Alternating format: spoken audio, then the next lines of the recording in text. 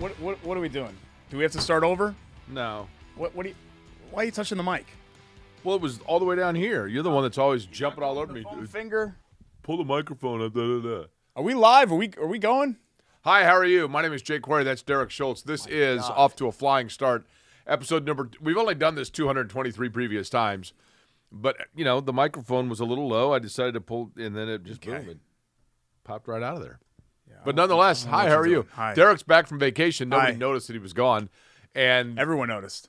No, everyone noticed. Did you get new glasses? So I sat on my primary pair. This is my backup pair. The problem is that these are also kind of broken. Mm-hmm. So I ordered a new pair, but it's going to be 6 to 8 weeks or whatever before it gets to me. So I've got slanty glasses. Wait, are those Ray-Bans? Like 6 to 8. Yeah, I think they are actually. Yeah, they are Ray-Ban. Yeah.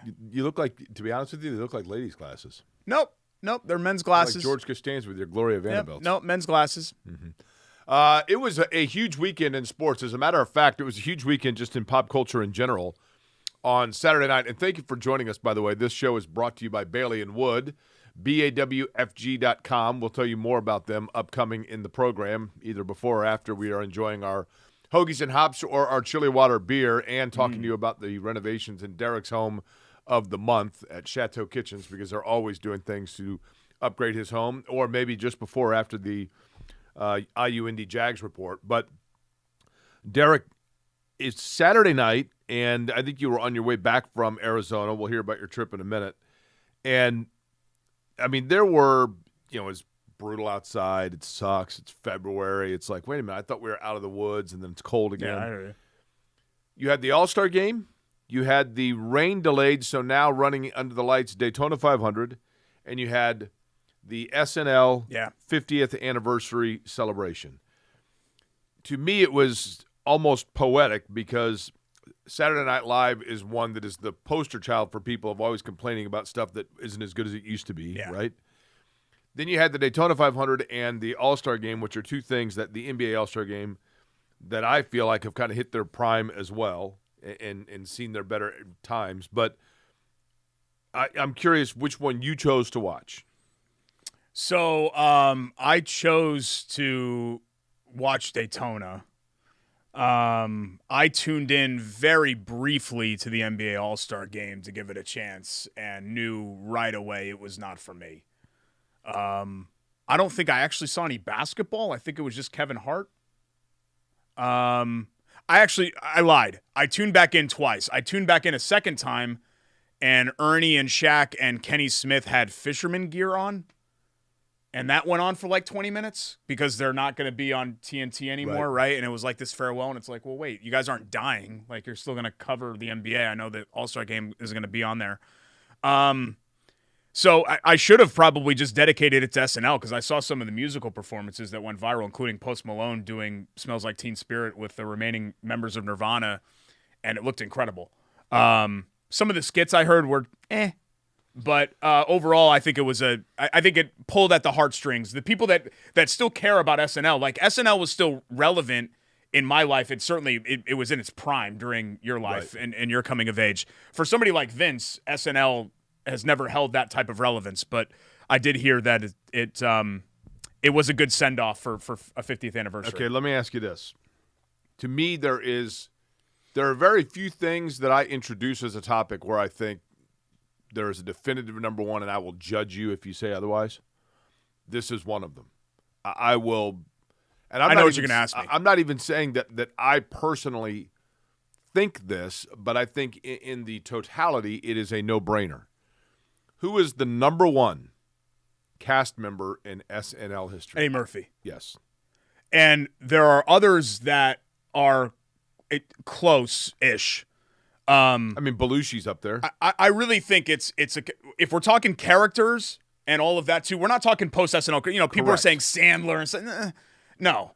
In terms of their contribution to Saturday Night Live, I think it's really between three people. Okay, let me guess your three. Okay. Murphy. Yep. Will Ferrell. No. Okay. Belushi would be just outside of this. Okay. Dana Carvey. Just outside. Mike Myers. Yes. And then another old school one. Chevy Chase? Dan Aykroyd. Yeah, okay, I think those are the three really that you're arguing about. I mean, and those are all, I get it. I mean, right? iconic skits. Eddie Murphy, though, and this is what I think people fail to realize. When Eddie Murphy got onto Saturday Night Live, he was 19 years old. It was on life support.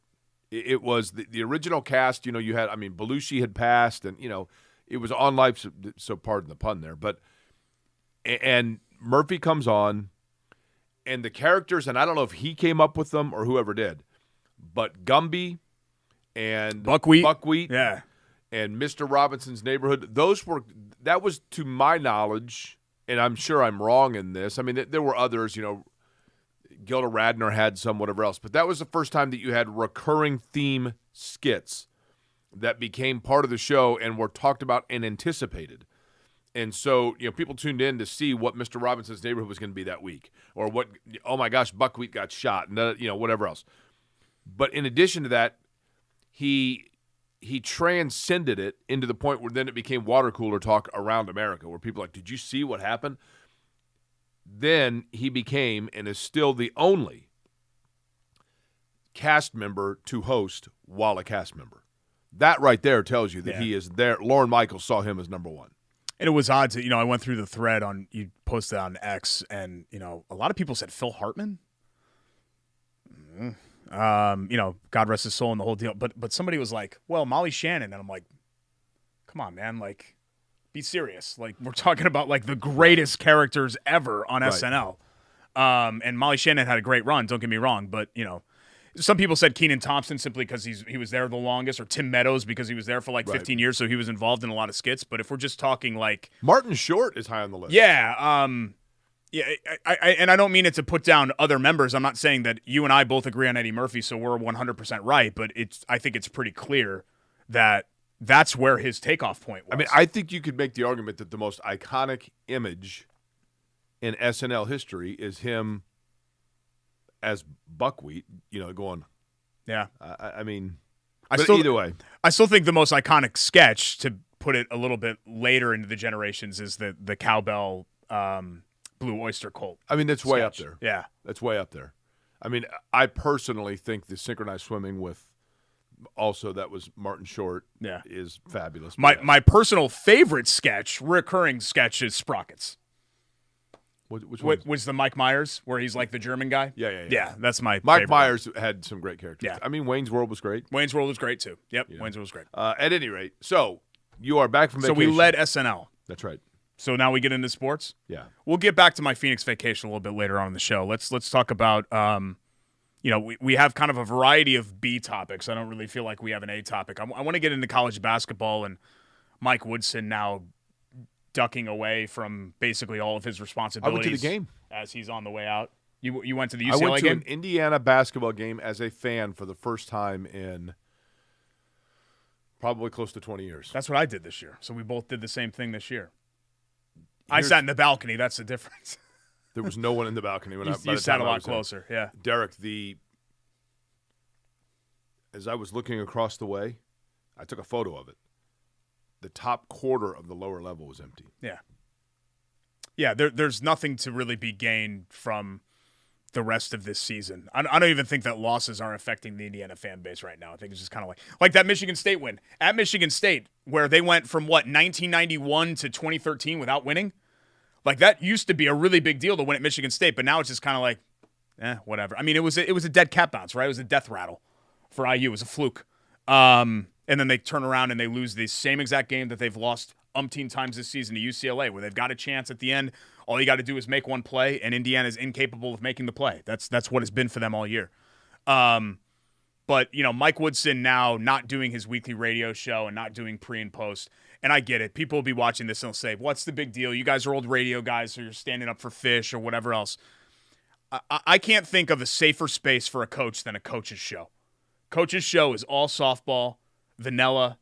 You know, I've worked for, and I work for a team-affiliated radio network.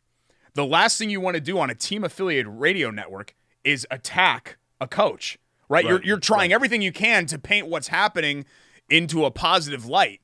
And so if Mike Woodson can't handle a couple of softballs from Fish, I I don't even know what we're doing here. He coached in New York, for God's sake. He coached in the NBA for a quarter century. He can't handle that? I understand that people want to, knock the Indiana fan base, and the Indiana fan base is difficult. We know those IU fans that are difficult, right? I'm not disputing that. But at the same time, for the people that are like, well, Mike Woodson is a legend, you shouldn't criticize him. Mike Woodson needs to give me a reason not to criticize him, because everything that he's done this year, every button that he's pressed has been the wrong one, both on the court and off of it. The arrogance and how he's handled himself during this process and how defensive he's been has not made him a sympathetic figure. Correct. That's right. It's not made him a sympathetic figure. I don't feel bad for Mike Woodson. I don't. I felt bad for Tom Crean. I have felt bad for Mike Davis. I have felt bad for other Indiana coaches that were in this precarious position, but I don't feel bad. I don't have any sympathy at all for Mike Woodson because of how he's handling himself. Here's the thing. I'll go yin and yang, both sides of it here, to be fair. Mike Woodson was told that he was done. I know that he's retiring. They wanted to give him because Indiana had to be very careful, as I've told you. Because if Indiana goes to Mike Woodson and says you're fired, and then Indiana goes publicly and says Mike Woodson has been relieved of his duties, then you go to whatever coach, and we can get into the coaching search all we want, but you go to whatever coach and you say, do you want to coach in Indiana? They're going to look at it and go, gosh. You just fired a legend. Here's a guy that's an All-American that played at your university, that's got a banner hanging up there, not at an NCAA one, but he is part of the Big Ten one. And look what they did to him. So you allow him the dignity, right, to retire. Things got ugly there, Derek, because Mike Woodson agreed to that he would be, quote-unquote, retiring, and then told his agent, after he told the team and everybody else, by the way, I'm retiring at the end of the year, and his agent said, well, if you're going to get paid, you're not walking away. They're going to push you out the door. And then it became this ugly semantics game, right? But for Woodson, so in Woodson's case, because they came to him and said, you're going to be done at the end of the year, I understand why he would say, then fine. I'm not doing anything auxiliary that you want me to do. My job is to coach the basketball team. You had it written in there that I got to do X number of radio appearances, whatever else. Like, I'm not doing anything. I'm not doing any extra projects. I'm going to do just enough to get the C and go on about my way, right, and graduate. So I understand that. However, there is a thing that comes into play in these situations that Derek just touched on called human nature. And human nature dictates that the way that you treat people, and I don't think Mike Woodson's a bad person. I've heard stories of him being a wonderful guy. But the way that you publicly present yourself and handle situations goes a long way in the way that people are willing to then handle the situations in reflecting upon your work or your time. He has never, to my knowledge, Derek, and I will say this, again, human nature, selfishly speaking, whatever you want to call it, having nothing to do with the show that I work on, but I work on the flagship radio station of Indiana basketball. Every Indiana game, every coach's show airs on the station that I work for. There are 3 daily talk shows in Indianapolis, the biggest city, his hometown, in the state that he is the highest paid governmental employee, to my knowledge, in the state of Indiana. He's never once come on and done an interview. Never once. Mm-hmm. Matt Painter's on weekly, right? I mean, you name it, they come on weekly. Mike Woodson's never come on. So when it comes down to it and you need people to kind of have your back or explain your side of things, how can I explain Mike Woodson's side of things or have his back when I've never had a conversation with him? Yeah, and everything that he does at the press conference it's like him taking the blame without taking the blame. It's always like, I've got to be better and I've got to do this and, that falls on me. But also, pause, but also, and then it's something about, hey, this guy missed the play or he didn't know what we were running or he missed the shot. And that's what bothers me too. I also I'm far less sympathetic to coaches who won't just fall on the sword. And I don't mean like Shane Steichen fall on the sword where, that's on me. I got to be better, where it's almost like robotic, where every week Shane Steichen is falling on the sword. But when it comes to college kids, I thought Woodson had to be a little bit better than that. And it's just there's nothing to be gained by being petulant on the way out. Right. There's nothing to be gained by that. It's over. Regardless of how it became over, it's over. And there's no reason to be dragged kicking and screaming on the way out. It only hurts you and hurts your image. I think Woodson was in a position to be a sympathetic figure for people to be like, hey, you know what? He had that year 2 was a great season with Trace Jackson Davis and Jalen Hood-Schifino. They finished second in the league. They won a first-round NCAA tournament game, which is basically like a high bar for Indiana now. You know, in 21st century Indiana, a season where you won an NCAA tournament game is a great season because that's where it is right now for Indiana. It's not the Final Four. They don't go to those anymore. They don't go to the Elite Eight, for God's sake, anymore. So you win an NCAA tournament game, that's a nice season for Indiana. And instead, it's just, you know, from senior night last year to now, it's just been all the wrong decisions, I feel like, for him and how he's presented himself publicly. And it's a shame. It's a shame that this is going to harm his legacy at IU. But I think a lot of it is his fault. Derek, I want you to do we're going to do a little exercise here. Is it going to be the Indiana coaching search exercise? Yes. Oh, boy. Do you have a writing utensil? No, but I have a computer because it's 2025. I'm going to write down 3 names that I believe are the most likely, in order, to be the next coach at Indiana. Now, this is assuming. We know that Dusty May is target number 1. This is assuming that Dusty May decides to stay in Michigan. Okay? So, Brad Stevens, not a candidate, which, I do believe that report is accurate. I've talked to enough people now to say, yes, I believe that Brad Stevens will not be coming to Indiana. Dusty May, I think that's probably 60-40 that he stays at Michigan. So after that, I want you to write down 3 names. And I've done a little bit of – I've kind of stayed on this and followed it and just asked around about different things. And I want to see if we have any of the 3 names the same. Who is your number 3? I honestly, let me preface by saying I have no idea who they're going to hire. I really have no idea. But generally with these coaching searches, I try to find somebody who is at a place where the Indiana job is a clear upgrade. Understood. Coach O at Iowa State, I think, would be on that list. Okay. What is it? Otzelberger? Otzelberger, yeah. Otzelberger.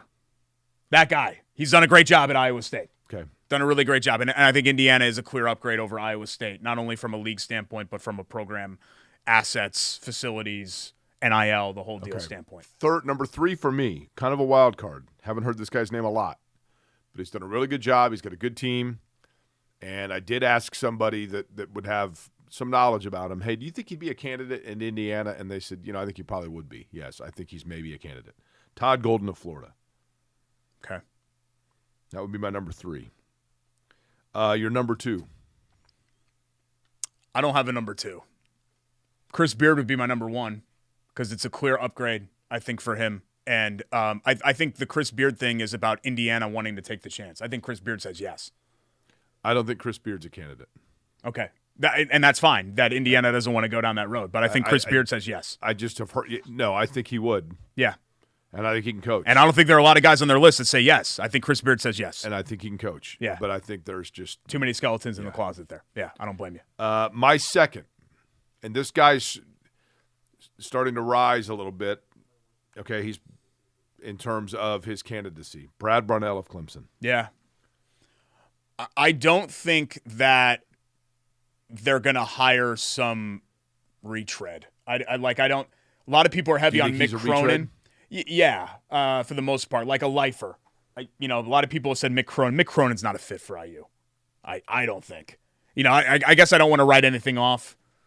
Mick Cronin's kind of abrasive and defensive. I don't think that under the pressure cooker at Indiana, that's oil and water to me. Okay. Even though he can coach.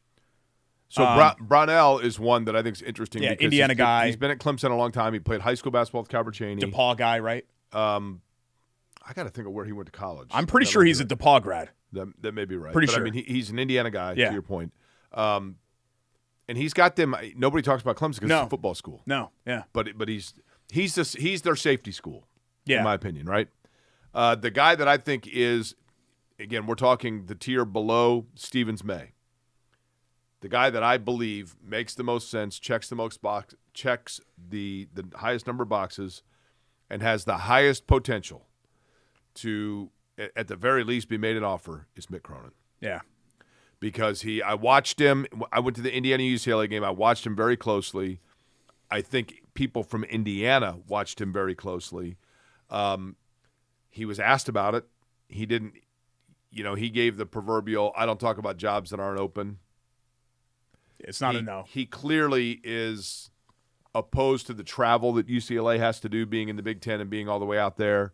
But he's a good coach. And I watched his team and the way that they made adjustments, spread the floor, found open shooters, and yes. Yeah, he can coach. He is not going to win the press conference. No question about it. And you are right. But the pressure cooker at Indiana is one thing, but he is a guy that has the personality that can hold that at bay, I think. And he can control the narrative as opposed to the other way around. Fair.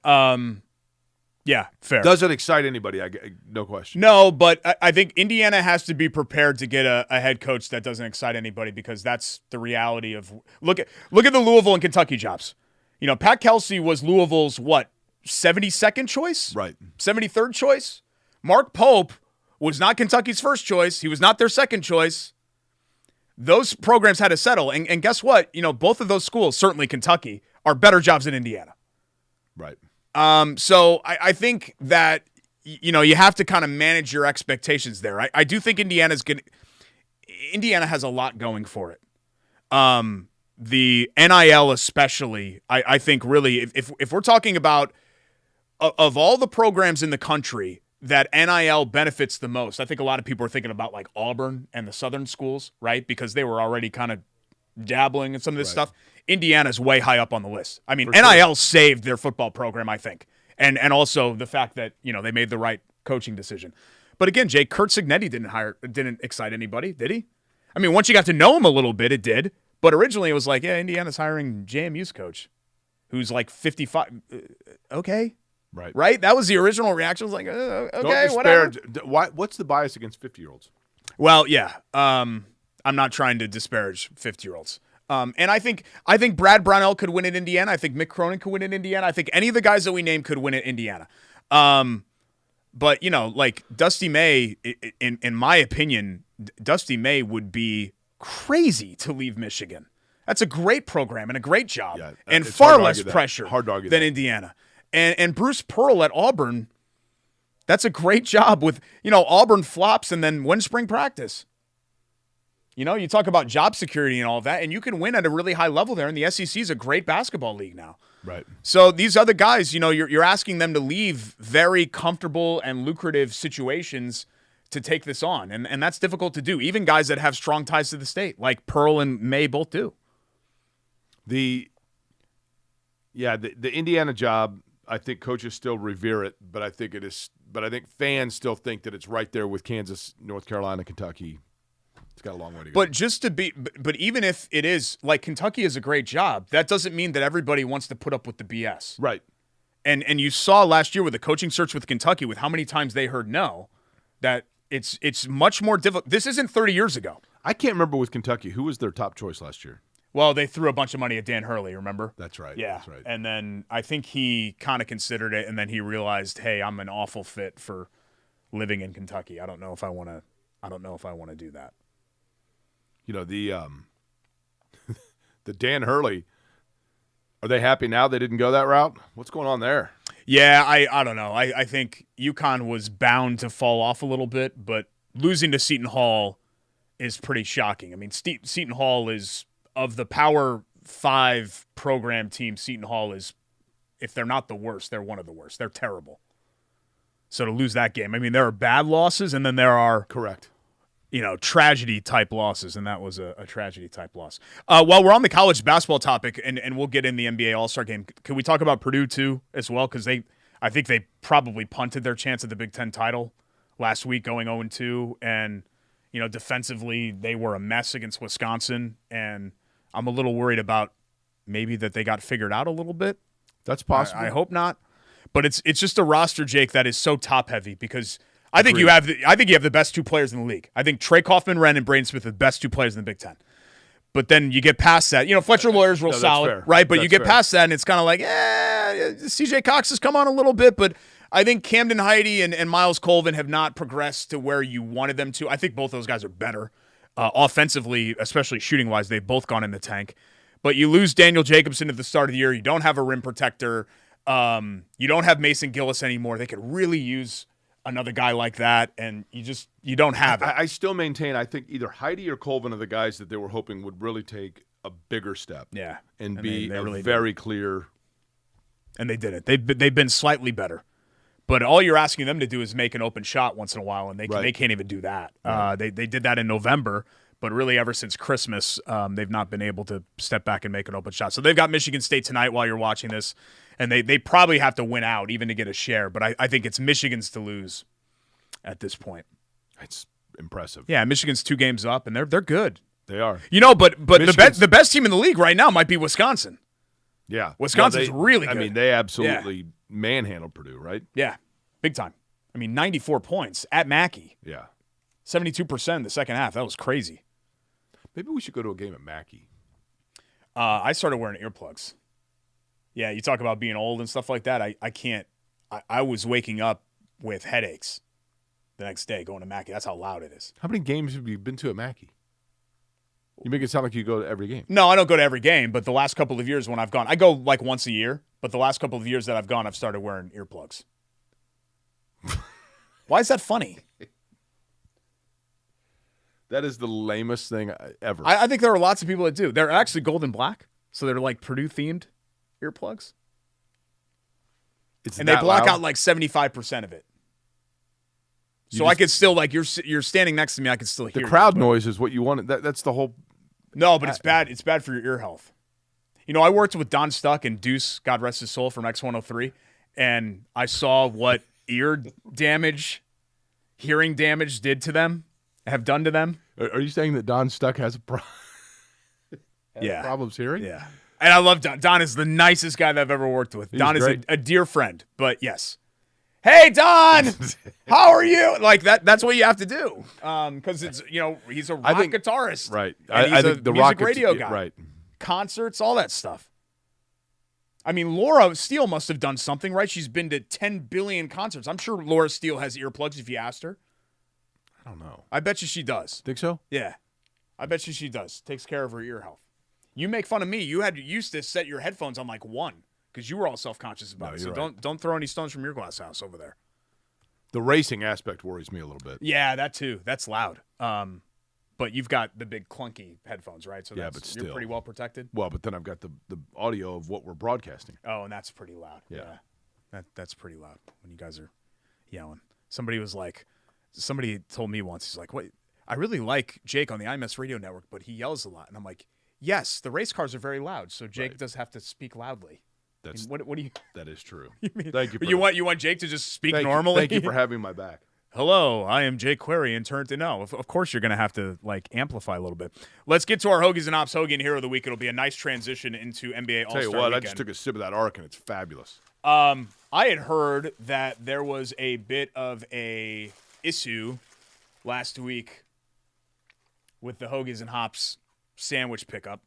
I'm not sure who was at fault for that. I heard it was maybe Vince related, which doesn't surprise me. But yeah, that's just what I heard kind of through the grapevine. But we have here the Pitt Twist. So, Slaw's dropping out. So, Hoagies and Hops, founded by Christina Mazza, who's from Philly. Another major metropolitan area in Pennsylvania would be Pittsburgh. That's right. 2 completely different cities, right? If you've been to Pittsburgh has way more Midwest vibes. Philly has way more Northeast vibes. What's the 3rd biggest city in Pennsylvania? Harrisburg? Over Scranton? Ooh, Scranton probably, right? Let's look that up. I'm actually interested. Lancaster? Maybe. Allentown? Bethlehem? Yeah. I don't know. Pitt Twist is a take on the Primanti Brothers Pittsburgh sandwich with the French fries, except you put chippies on it. So, Licio's bread, South Jersey, shipped in fresh, soft, crusty, delicious. Some Dietz and Watson ham. You got some Prove on that bad boy. You got some house-made slaw. You got some mayo and Hers chippies. What is chippies? Just potato chips? Chippies. You just say potato chips. Chippies. Put chippies on your sandwich. Oh, my God, that's good. Our hero of the week. Well, Jake, looks up Pennsylvania population numbers. I gave it to Mac McClung. Here's a guy that single-handedly saving the dunk contest.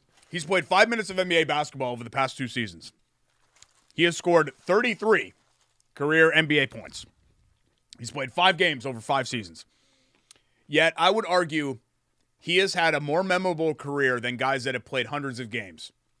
Like, let me throw out an example. I don't know why I landed on this person, but I landed on this person. I was like, I'm going to go back and think of a Pacer who played for a long time. Not necessarily with the Pacers, but played for a long time in the league. And you tell me who has had a more memorable, relevant career. Mac McClung or C.J. Watson? Do you remember C.J. Watson? Yeah, I mean, he's a backup guard, right? C.J. Watson played 600 games. He's a nice player. He played 600 NBA games. He played like 15 years in the league. And Mac McClung has more of a memorable career than a guy that played like a decade and a half in the league. I mean, who had a more memorable career, Rodney Stuckey or Mac McClung? Right? Wasn't there another Watson? Was it Earl Watson? There was another Watson, right? Yeah, okay. Take any Pacers backup point guard outside of TJ McConnell, and Mac McClung has had a more memorable career than they've had. Travis Diener. Was there a Corey Joseph? Or Mac McClung. Yes.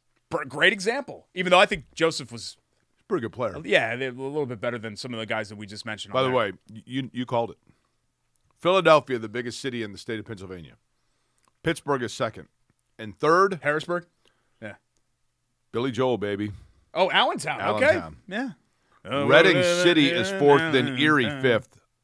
Upper Darby, which is Philly, is sixth. Scranton is seventh. Erie is the exact halfway mark between my wife's parents' place in Vermont and Indianapolis. Really? Yeah. Okay. Yeah. We stopped at a diner there. I had like a $3 sandwich. It was great. Okay. Really, really good. Good for Mac McClung, and thanks for saving the dunk contest and giving us something entertaining from NBA All-Star Weekend, because it's just, we're going to talk about it next when we come back. It's just a bummer what NBA All-Star Weekend has become. We'll talk about potential solutions, what the league should do, and I think this is getting magnified even more because of where the league is at right now. I just think there's a lot of discontent right now for NBA fans and of course non-NBA fans, but I think you're more catering to the NBA fans when it comes to that. But we got plenty of other things to get to as well. We might fit in some football talk too, and we'll recap my trip to Arizona, which was a lot of fun. I'm not sure if Jake likes Phoenix or not, but we'll ask him about that when we come back. It's Bailey and Wood presents Query and Schultz here on the ISC Sports Network. Don't go anywhere.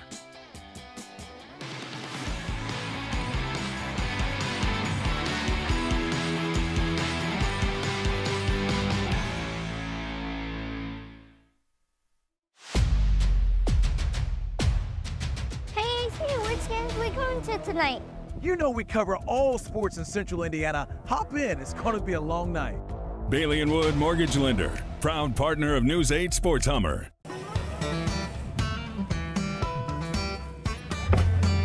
Hey, AC!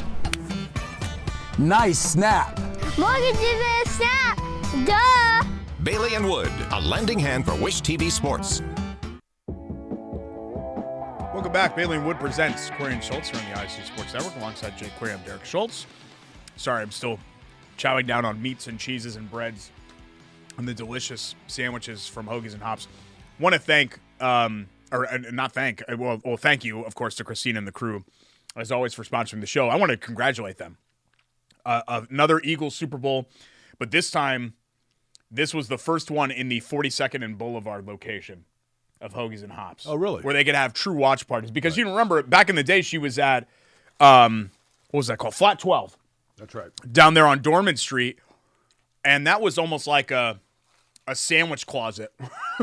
She was slanging sandwiches from this very small space, and I think there were 1 or 2 tables, but it was a very small eating area. And now she has her own dedicated space with a chili water bar and tap room right next door. This chili water is fabulous. It's really good, yeah. It's very smooth. New Zealand rice lager. And I forgot to mention the beer. We talked about the Pitt Twist, and I forgot to mention the chili water brew. It's a very crisp and clean light rice lager. I don't know how else to describe it, but I like it a lot. Very smooth. I'm told that it's going out of rotation here soon as well. So if you want to get in and get it in the can form at the Chili Water Tap Room, do it now at 42nd and Boulevard. But I think it's delicious. It is great. Yeah, and I'm not just saying that because I'm a bicycle enthusiast as well. It's a very easy drink. But congratulations to Christina. I know you and Greg talked about the Super Bowl. There's nothing worse than a Super Bowl blowout. It's the most anticlimactic, disheartening thing when you're a fan, you have the build up to the game, and it's just if you're a fan, nothing. Would you rather lose on the last field goal of the game or get blown out? I think it's always the former. You don't want to get embarrassed. What bothers me is that now somehow the Chiefs getting blown out becomes a referendum on Patrick Mahomes and Andy Reid and their season, and I'm like, yeah, it's kind of like Peyton Manning lost the most playoff games ever. Yeah, because he went to the freaking playoffs every year. Right. Like, we're mad about it. God, I can't believe it. Look at Patrick Mahomes. He's getting blown out again. Yeah, in the Super Bowl. He's in the Super Bowl, for God's sake. LeBron James has the most NBA finals. He made the finals. Every year, He made the finals. Sorry, I don't mean to go down on a rant about that, but it's the dumbest thing that we do in sports is criticize those things. Like, I think LeBron James would have been better off just losing in the conference finals a bunch of times. Eli Manning's playoff record is 8-4. Yeah, that's because Eli's Giants missed the playoffs like every freaking year outside of the years that they went to and won the Super Bowl. You can't take a playoff loss without making the playoffs. Very fired up about this. It bothers me. Makes me crazy. The NBA All-Star Game does not bother me as much because it's an exhibition, and I think it's important to – I want to preface by saying that, like, on my care scale, an All-Star Game is very low on the care scale. I don't think that it harms the integrity of the sport that you have a BS exhibition that they can't figure out. But clearly the NBA cares, and they're trying to make it work, and they just can't make it work. I can't make today's generation care and compete the way that the guys in the 80s and 90s did in the NBA All-Star Game. Even though I think right now you have the best and most talented players in the world, bar none. In fact, I don't think it's close. I think if you take the level of talent of NBA players right now in 2025 compared to 1995, it's apples and bowling balls. Right. And that's not to besmirch Patrick Ewing or Reggie Miller or Michael Jordan or Carl, any of those guys who were great players. But I think that's in all sports, that's the case. Guys are more athletic and more skilled than they ever were. But I can't make them compete the way that those guys do. Derek, here's the problem with the All-Star Game. The problem with the All-Star Game is this. You marveled in the 1983 All-Star Game when Julius Erving had an open lane and therefore would take off from 2 feet from the free throw line and dunk. You marveled in the 85 All-Star Game because Ralph Sampson blocked a shot and at 7'4" ran a break. You marveled in the 85 All-Star Game because Michael Jordan did an amazing reverse dunk and then Dominic Wilkins did the same on the other end. Today's players are too good. I'm not saying that today's stars are better than Michael Jordan or Dominic Wilkins or Ralph Sampson or whatever. But what those guys did in All-Star games in the 80s or the 70s or the early 90s are the things that you routinely see the athletes of today's NBA that are not even stars do.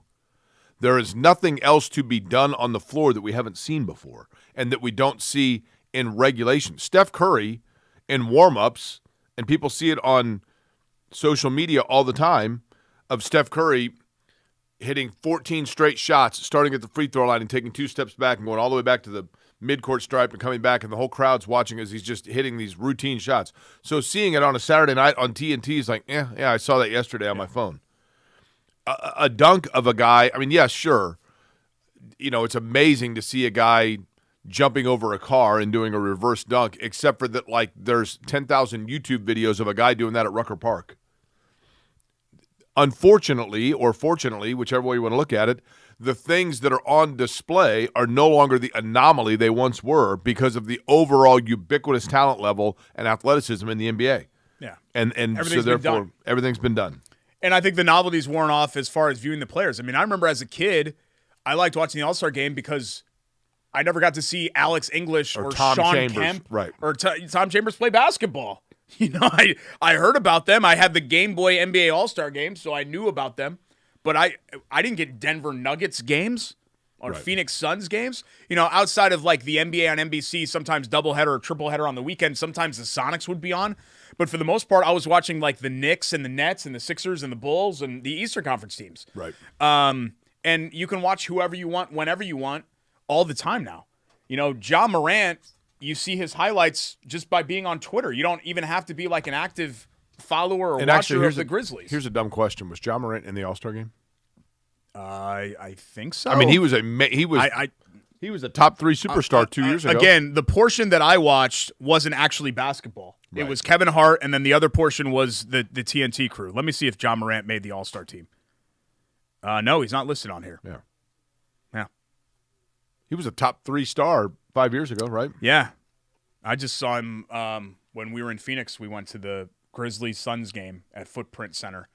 And there were a lot of people in Purdue gear, by the way, which is kind of cool, rooting for Zach Edey. But the Grizzlies are a good team. You saw the game in Phoenix? In Phoenix, yeah. Is your son still a Suns fan? Yes, still a Suns fan. He's a little down in the dumps. Why?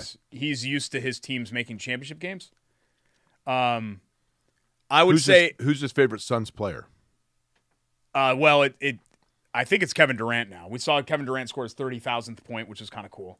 So 8th time that's ever happened in NBA history. But it was Devin Booker. But what was the crowd like? It was almost full on a Tuesday night, which is great. What's the arena like? Pretty cool. It reminded me a little bit of the Bucks arena, Fiserv Forum, where it feels like it's brand new. Right. There's a lot of glass. It's not as that the Milwaukee arena is the most beautiful arena I've ever been to. It didn't have the character that Gainbridge has.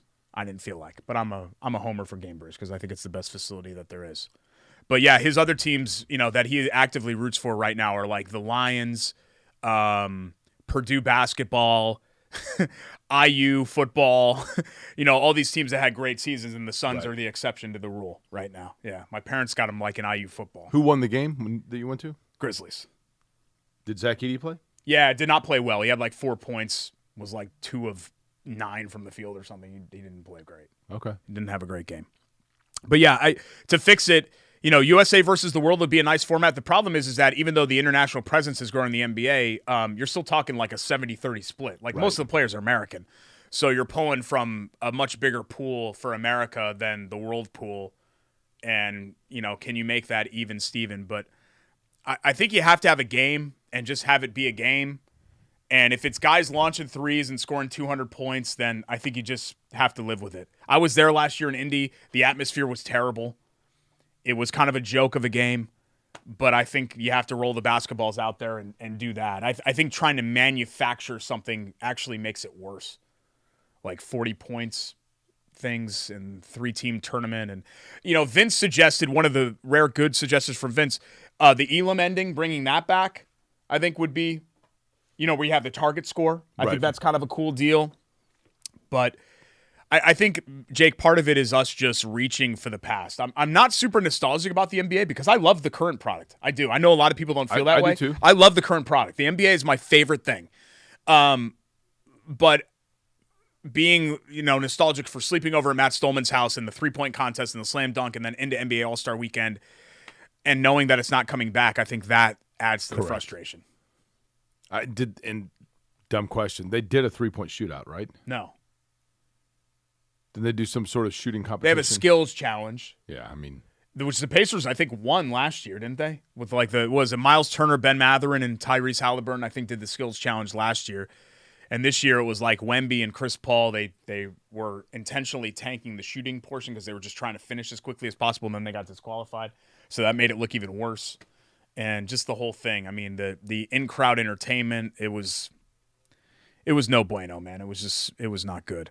While we're on the NBA topic, quickly on the Pacers, they're in a good spot, even though they kind of skidded down the stretch there to close the first half. 30-23. They're the number 4 seed in the East. They're not. Here's the thing. They're not going to go above 4. No, I don't think so. They're 2 games out from the play-in cutoff, which is good. You know, they lost those 2 games out west. They got blown out by the Knicks when I was gone last week. Had to survive the Wizards in overtime. Thank God he didn't lose that game. But a 4-game homestand to open up the second half here. Grizzlies, Clippers, Nuggets, and Raptors. So we'll see what the Pacers can do with that stretch. They're finally healthy. They did not get a lot of opportunity in the first half, even though it's really the first 2/3 of the season prior to the break to play with their totality of roster. Yeah, I think they're playing well. I think they can get healthier now with Turner getting time to get back into the mix. So I'm optimistic, but I think 4 is where they're going to end up seated. Yeah, because there seems to be like a clear cutoff there when you jump up to the Knicks. You know, that's the top tier of the Eastern Conference. Not to say that the Pacers can't win a series against those. Well, I don't think they win a series against Boston. But New York's pretty tough too now with Karl-Anthony Towns. Yeah. And what do you have? He had a 40-burger, didn't he? Yeah. I think. Were you at that game? Yeah. Nobody said 40-burger, but yeah, I mean. No, I think it was in the Indy Star article the next day. I mean, that game. That's how common it is. That game showed why the Pacers did not trade Miles Turner. And for people that think Miles Turner is not an important part of what Indiana does, that game proved it. Karl-Anthony Towns did whatever he wanted to. Yeah, I'm glad because I think the title of last week's show was Miles Turner won't be traded, and then, of course, he wasn't traded. So I'm glad that backed that up, but I don't think that was ever really in doubt. On the hoops topic, we already talked college hoops. We just talked some pros. Let's talk about our friends at the Horizon League. The championships are right around the corner, and tickets are on sale right now. March 10th and 11th, right here in Indy. Make your plans to be at the Horizon League Basketball Championships for the 2025 Barbasol Horizon League Basketball Championships. Yeah, clean shaven. You know why? Why, you use Barbasol? Of course. So do I. I use the old school. I don't like gel. Course. I've never been a gel guy. No, I use the foam. Yeah, so shake it, foam. Here, feel. No. Because mine's real smooth. Just wait. No. Take your hand. Just real quick. Just touch right here. Because I got a new razor, too. Touch my neck. I'm not going to touch your neck. Let me on the microphone, and then you can feel how. See, it doesn't even make a sound. That's how smooth. That's how smooth my neck is. All I have to Thanks do is to Barbasol. do this to feel the power of Barbasol. No. Let me just touch your face. I want to feel how smooth it is. We're best friends. Why can't we touch each other? Like in a platonic, like, don't be weird. Why are you being weird? Because you're creeping me out. You're the germ phobe. Okay, now you're over here coughing. You've been on. Sorry, you just got off an airplane, so Jake's made it uncomfortable and whatever. Jake does that sometimes. Now he's made it all weird and gross. And okay, fine, forget it. Let's move on. Your little clammy hands. I don't want them near me. I just washed them. After you get all of your insights from us here on the program, you can visit horizonleague.com/Indy for championship. Can you give me information. the dates again, please? March 10th, March 11th, cumulative, women's and men's. Not everybody does that. Not all the leagues do that. Horizon League does that.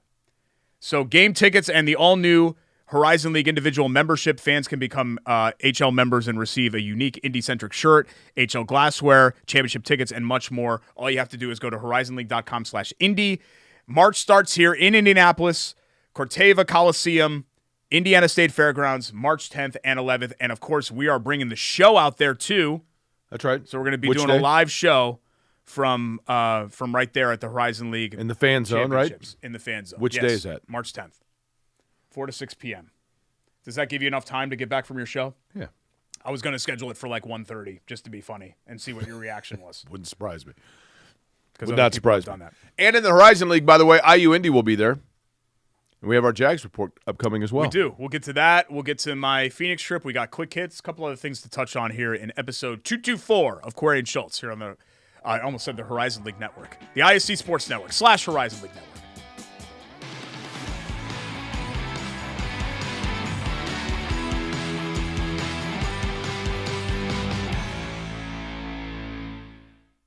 5-star customer.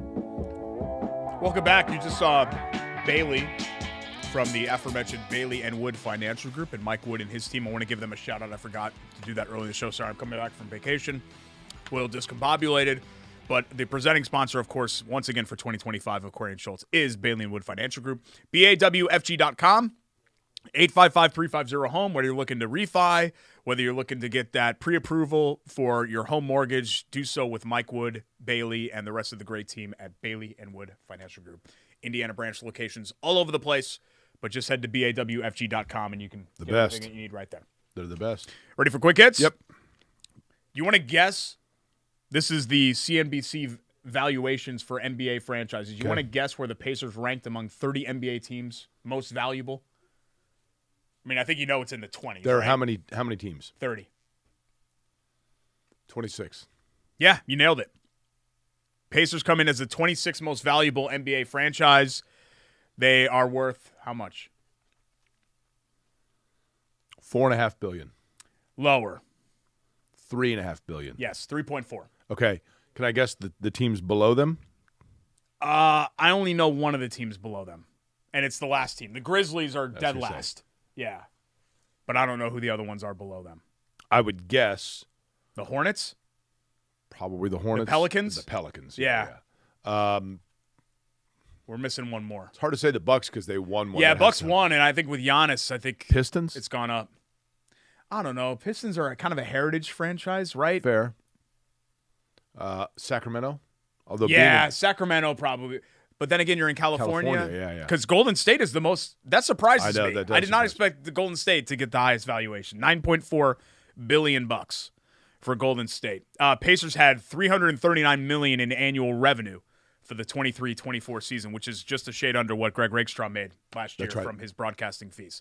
Oh, Timberwolves. Yes, that would be another one that would be way up there, right? Minnesota. Kind of surprising. It's a big market. Yeah. But they're still relatively – I mean, I guess they're not a new franchise. They've been around for almost 40 years now, but they were one of those expansion crazy, right? franchises. Five-star recruit Booby Feaster is reclassifying for 2026. The number 3 player in the state of Texas and a 5-star recruit with 24/7 Sports, Booby Feaster, is an Alabama target. Booby Feaster also holds offers from LSU, USC, and Arkansas, among many others. Booby Feaster's real name is Ethan. The nickname is a take on Booby Mills in Friday Night Lights. I thought maybe the nickname was from him being just an aggressive nurser as a baby. I didn't know. But wanted to give you the latest on Booby Feaster and his status as a football recruit through 2014. You know, it's a sports show for sports news, and I just wanted to make sure that everybody was aware that we knew what was going on. We were following what was going on with Booby Feaster. What? I mean, what are you? What? How old are you? I mean, but what? I noticed that you were enamored by the name because you said Booby Feaster like 6 times. I'm a professional host. That's what you do on the show. You talk about sports news and issues, and Booby Feaster's recruitment is something that I just want to make sure everybody knew what was going on. I'm more fascinated by this. What does it mean to reclassify? It means you're going to graduate. I know, but how does that work? Like when I was a junior in high school, if I just said, you know what, I'm going to reclassify. I'm done with this. I'm graduating early. I'm sure there are not take a year's worth of classes? There has to be some credit stuff or eligibility. Like I understand reclassifying to jump up a class because if you're eligible to graduate, you can graduate early, right? I don't necessarily understand going back a class. Well, but what I'm saying is, in most cases, it's you're going up a class. But Booby's skipping a grade, right? Yeah. Like, how does that happen? I mean, is he like is it Doogie or Booby? Like, is he I'm not nothing against him. I know nothing of the kid, but like Christian Lander.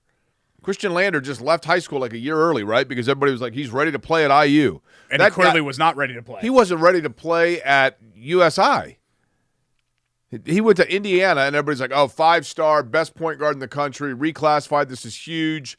Archie Miller's biggest get. The guy couldn't play at all. Went to Western Kentucky, and I think he played like 8 minutes a game. He's been pretty good at Western Kentucky, but then again, Western Kentucky is a far drop. Well, he's done now, right?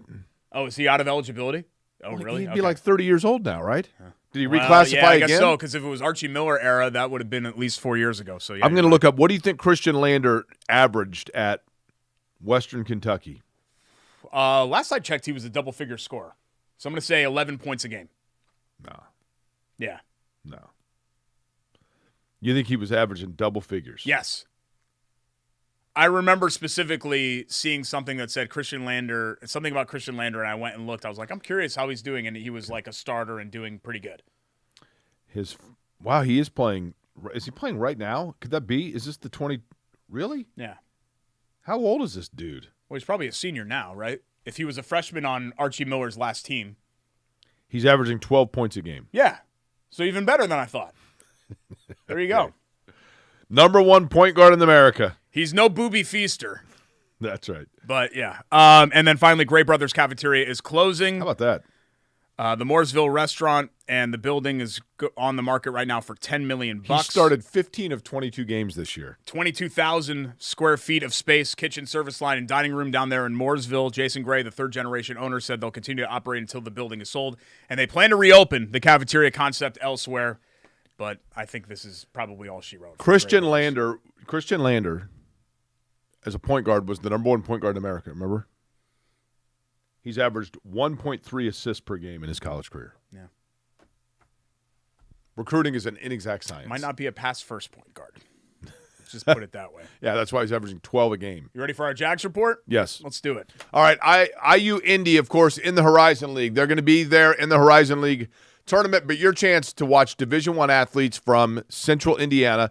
Yeah, maybe some of them didn't grow up in Central Indiana, but many of them played high school athletics in the area. But now they are calling Indianapolis home, and they're doing so right in downtown Indy. And by the way, I did see, Derek, they are now, I believe, officially underway in building the arena at the old U.S. Tennis Center. But for right now, still, IU Indy playing at the Jungle, which is awesome, in the natatorium, which in itself is a world-class facility. Let's get right to it with men's basketball. I don't know if we have video or not.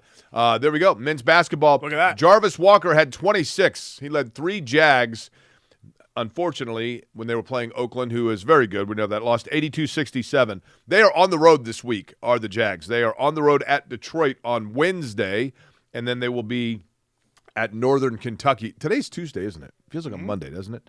At Northern Kentucky on Sunday. So 2 of them on the road for the Jags. On the women's side, they fell to Robert Morris 61-58 over the course of the week, but they did beat Youngstown State 73-68. Shania Nichols-Vanette had 11 in overtime in that game. In overtime alone, they hit a couple of threes to force overtime in that game against Youngstown State. And then, as I mentioned, Shania Nichols-Vanette had 11 in the overtime.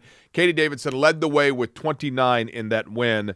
And they are at Milwaukee this week on the road as well, so away from home. Women's tennis, winning side of things. They beat Huntington 6-1. They are now 1-3 on the season. On the 22nd, that is Saturday, this coming Saturday, they host Southern Indiana at West Indy Racket Club. You just mentioned USI. What's that? You said I did. Christian Lander should have played there. And that's free, by the way. Softball, you can imagine, because it's like 7 degrees outside, that softball is not playing home games right now, but they are taking advantage of warm weather down south. In South Carolina, they beat Canisius. They are now 2-5. They are on to Chattanooga, one of my favorite cities, to play down there over the course of the week. And swimming, no, hold on, I had a note here about swimming, and then it just says swimming, but I didn't. IU Indy's men's and women's swim and dive will host the Horizon League Championships this week. There you go. Inside the natatorium on campus starting Wednesday night and ending Saturday evening. Tickets can be purchased at iuindyjags.com/tickets. See, this is why we are co-hosts. We're best friends. We won't touch each other's faces for some reason. The natatorium is really spectacular. Yeah. And I love great spot. First off, the Jag right here is so awesome, right? But Luke and the folks at IU Indy, Luke Basso, the athletic director, building great stuff there. And, you go to the games, you see people from around town that are all there. My buddy Frank Davis, season ticket holder, said he loves going to the games. You met him, Derek. And he's all in just to watch him, and he loves the way Coach Corsaro's got those guys playing. So a lot of good things going on. We had a great afternoon watching the game and seeing Matthew. It's great. Bringing James and seeing the mayor and all of that. It was a lot of fun. VIP courtside, no big deal. That's what we come to expect on the show. VIP courtside. Derek was a +1. VIP courtside.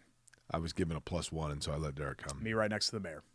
No biggie. I know, you were sitting right next to me. You're next to the mayor right now. God. We come back on the show, Chateau Kitchen's Buy It or Bull Bleep, and we will tie a bow on episode 224 here of Corey and Schultz, ISC Sports Network.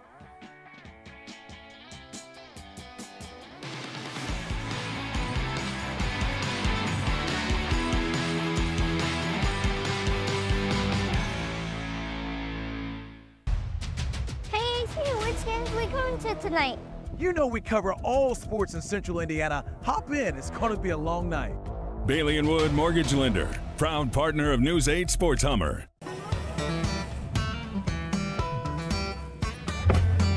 Hey, AC, Nice snap. mortgages and a snap. Duh. Bailey & Wood, a lending hand for Wish TV Sports. Welcome back. Final time. Bailey Wood presents Corey and Schultz. Rake says we have 2.5 minutes, so we are going to take advantage of those 2.5 minutes and bring you Chateau Kitchen's Buy It or Bull Bleep. At Chateau Kitchens on Instagram and Facebook for before and after pictures. You can see the in-home transformations that the Chateau Kitchens makes for all over Central Indiana, including in my home where they've done a bathroom, they've done a basement, and they've done a kitchen. So they've literally done the 3 things that Chateau Kitchens does on the interior of your home, and they can make your home dream project come true. ChateauKitchens.com, at Chateau Kitchens on social media to see the pictures for yourself. And I'm happy to give them a rec if you reach out to me, Derek at QuarryandSchultz.com. Show you the pictures of my house. They don't have to include me shirtless. Yes, thank you. Don't Let's have make to. sure of that. I said don't have to. Now, on request, Nobody's requesting that. statement number 1, the Philadelphia Eagles will win another Super Bowl with this core. There it is. Buy It or Bull Bleep. Are we done with the photo? Yeah, we're done. It's off. Bull Schultz. You know, it's off. Two's good, and they've done a great job. But But the previous one came with a different core, right? No, I get it, You know, but- they got a bunch of new players. But now. still, Yeah. no, I think they're very good. Yeah. But I just think, and I say that because of the parity in the league more so than them. I'm going to say yes because I think the path in the NFC is far easier than the AFC. I think it's a lot easier for them to get back than the Bills. That's fair. Or the That's even fair. the Chiefs to get back. So I'll go ahead and buy it.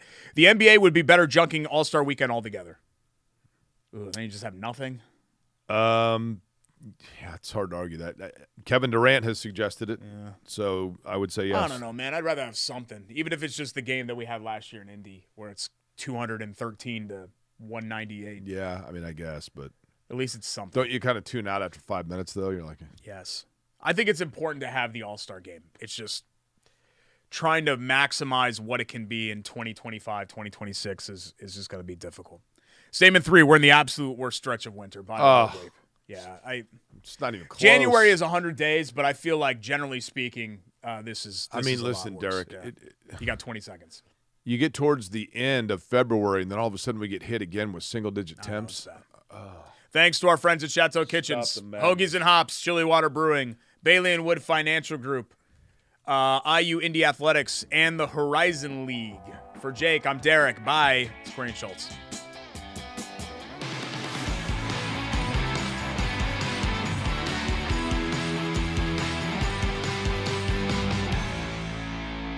At Bailey & Wood,